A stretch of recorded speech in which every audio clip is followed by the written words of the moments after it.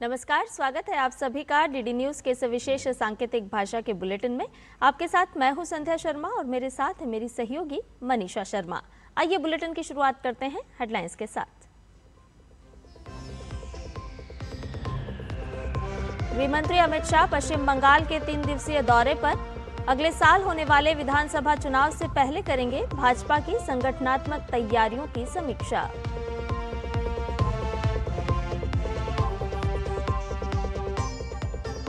मुंबई के भांडुप में बड़ा हादसा, बेस्ट बस ने लोगों को कुचला, 4 की मौत, कई घायल।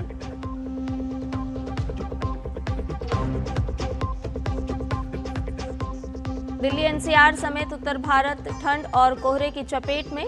मौसम विभाग ने जारी की घने कोहरे की चेतावनी, गैर जरूरी यात्राओं से बचने की दी सलाह।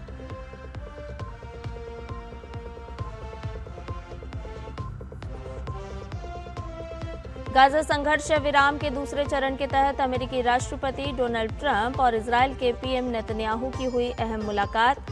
ट्रंप ने ईरान को संभावित हमले की दी चेतावनी, नेतन्याहू की हमास से हथियार डालने की अपील।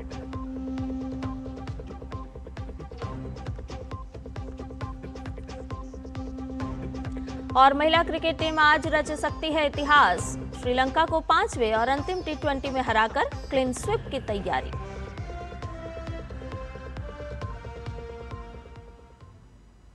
सभी समाचार विस्तार के साथ। भारतीय जनता पार्टी के वरिष्ठ नेता और केंद्रीय गृह एवं सहकारिता मंत्री अमित शाह पश्चिम बंगाल के 3 दिवसीय दौरे पर हैं। कल देर शाम कोलकाता पहुंचने पर भाजपा कार्यकर्ताओं ने उनका जोरदार स्वागत किया। अमित शाह की इस यात्रा को अगले साल होने वाले बंगाल विधानसभा चुनाव के मद्देनजर बेहद अहम माना जा रहा है। अमित शाह आज कोलकाता में एक प्रेस कॉन्फ्रेंस करेंगे। इसके साथ ही आज प्रदेश कोर कमेटी की बैठक भी बुलाई गई है। इसमें अमित शाह विधानसभा चुनाव के लिए पार्टी की संगठनात्मक तैयारियों का जायजा लेने के लिए नेताओं को जीत का मंत्र देंगे। अमित शाह बुधवार को साइंस सिटी ऑडिटोरियम में पार्टी कार्यकर्ताओं की बड़ी बैठक को भी संबोधित करेंगे।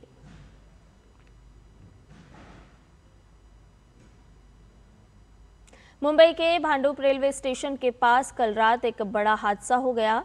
बेस्ट की एक बस ने रिवर्स करते समय कई लोगों को कुचल दिया, जिसमें 3 महिलाओं समेत 4 लोगों की मौत हो गई और 9 लोग घायल हो गए। घटना रात करीब 10 बजे की बताई जा रही है।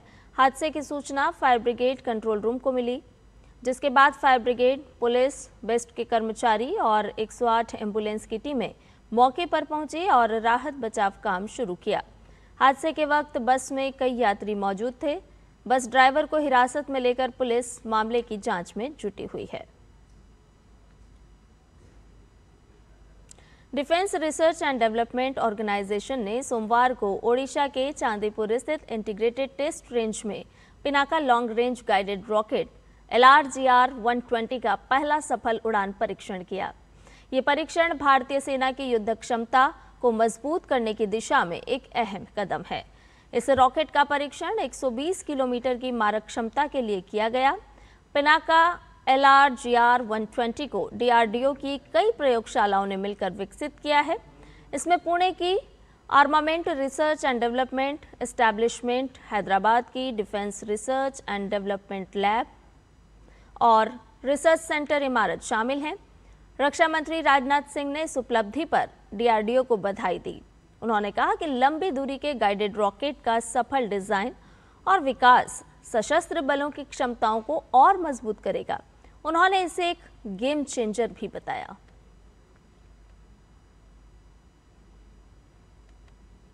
राष्ट्रीय राजधानी दिल्ली समेत समूचे उत्तर भारत में कड़ाके की ठंड और घना कोहरा छाया हुआ है। मौसम विभाग के अलर्ट के मुताबिक हरियाणा, चंडीगढ़, पंजाब, उत्तर प्रदेश के साथ ही पूर्वोत्तर, पूर्वी और उत्तरी भारत के कुछ इलाकों में घना से बहुत घना कोहरा छाया है। बेहद कम विजिबिलिटी के कारण सड़कों पर वाहनों की रफ्तार धीमी पड़ गई है और लोगों को यातायात संबंधी दिक्कतों का सामना करना पड़ रहा है। दिल्ली में ठंड से बचने के लिए बेघर लोग रैन बसेरों में शरण ले रहे हैं।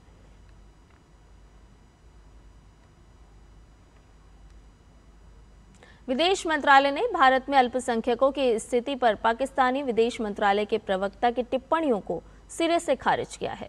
मीडिया के सवालों पर प्रतिक्रिया देते हुए विदेश मंत्रालय के आधिकारिक प्रवक्ता रणधीर जायसवाल ने कहा कि ऐसे देश की टिप्पणियां स्वीकार्य नहीं है जिसका इस मामले में रिकॉर्ड बहुत ही खराब रहा हो।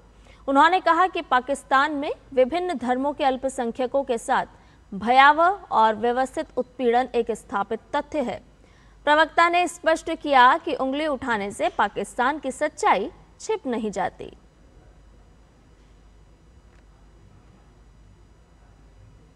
संयुक्त राष्ट्र ने सोमवार को नए साल के संदेश में वैश्विक नेताओं से लोगों और पृथ्वी को प्राथमिकता देने की अपील की है।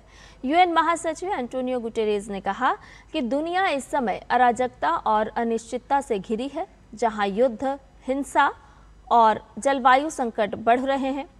उन्होंने यूक्रेन समेत कई जगहों पर जारी युद्धों का जिक्र करते हुए मानव पीड़ा कम करने पर जोर दिया। गुटेरेस ने नेताओं से सैन्य खर्च के बजाय गरीब देशों की मदद और जलवायु संरक्षण पर गंभीरता से काम करने की अपील की।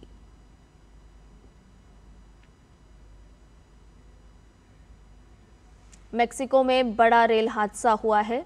241 यात्रियों को लेकर जा रही एक ट्रेन पटरी से उतर गई। रविवार को हुए इस हादसे में 13 यात्रियों की मौत हो गई, जबकि बड़ी संख्या में लोग घायल बताए जा रहे हैं। ट्रेन में 9 क्रू भी सवार थे। हादसा ओक्साका के दक्षिणी राज्य में निजांडा शहर के पास हुआ। मैक्सिको की नौसेना के मुताबिक कुल 98 यात्री घायल हुए हैं, जिनमें से 36 का उपचार चल रहा है। 139 यात्री खतरे से बाहर बताए जा रहे हैं। हादसे के कारणों की जांच की जा रही है।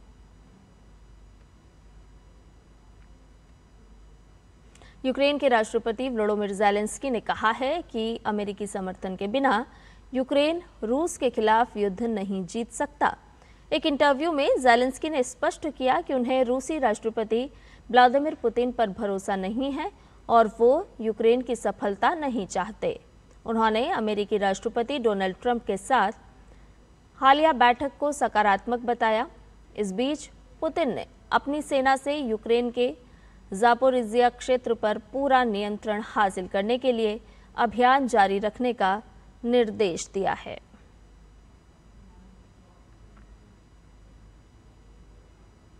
खेल की खबरों में भारत और श्रीलंका की महिला क्रिकेट टीमों के बीच खेली जा रही T20 सीरीज का 5वां और आखिरी मैच आज तिरुवनंतपुरम में खेला जाएगा।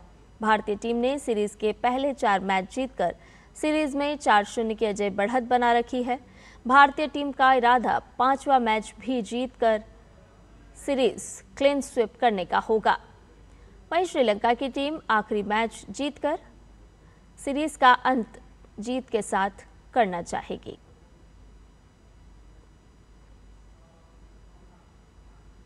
हमारे इस विशेष सांकेतिक भाषा के बुलेटिन में फिलहाल के लिए इतना ही।